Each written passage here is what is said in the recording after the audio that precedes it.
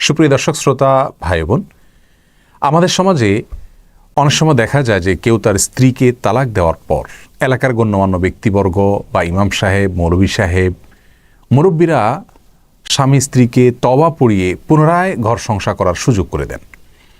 আজ আমাদের জানার বিষয় হলো, তালাক যদি কেউ দিয়ে দেন তাহলে তওবা করলে সে তালাক প্রত্যাহার হয়ে যায় কিনা, পুনরায় ঘর সংসার করা যায় কিনা, এরকম কোনো ধারণা ইসলাম আমাদেরকে দিয়েছে কিনা।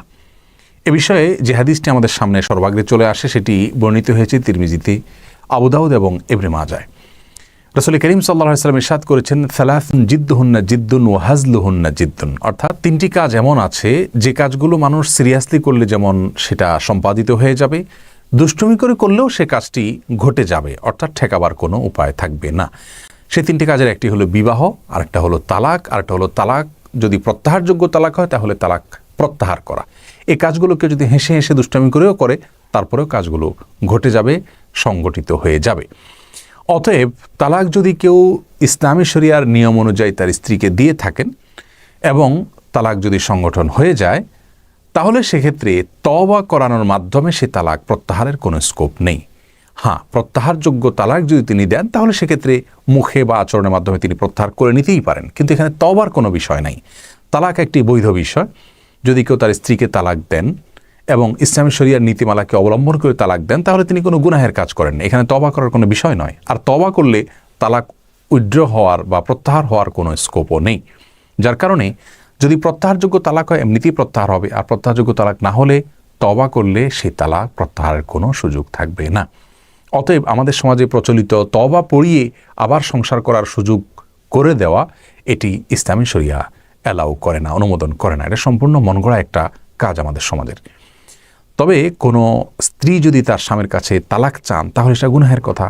কারণে অকারণে তালাক যদি প্রার্থনা করেন, তিনি তালাক চান, দাবি করেন, ঝগড়া হলেই স্বামীকে বলেন তালাক দিয়ে দিতে, তাহলে সেটা গুনাহের কথা। রাসূল করিম সাল্লাল্লাহু আলাইহি ওয়াসাল্লাম এ ধরনের মেয়েদের ভর্ৎসনা করেছেন। তিনি সে কাজ থেকে তিনি তওবা করবেন। কোনো স্বামী যদি তার স্ত্রীকে কথায় কথায় তালাকের কথা বলেন, যখন তখন তালাকের কথা বলেন, অথবা তালাকের শপথ করেন, তাহলে সেটাও একটা নিন্দনীয় কাজ। প্রয়োজনে অপ্রয়োজনে এই তালাকের মতো বিষয়কে ব্যবহার করা, এই বিষয়গুলো থেকে তাদেরকে তওবা পড়ানো যেতে পারে, তওবা করানো যেতে পারে, তারা এগুলো থেকে তওবা করবেন। কিন্তু তালাক দিয়ে ফেললে তওবা পড়িয়ে আবার ঘর করার কোনো ধারণা ইসলাম দেয়নি।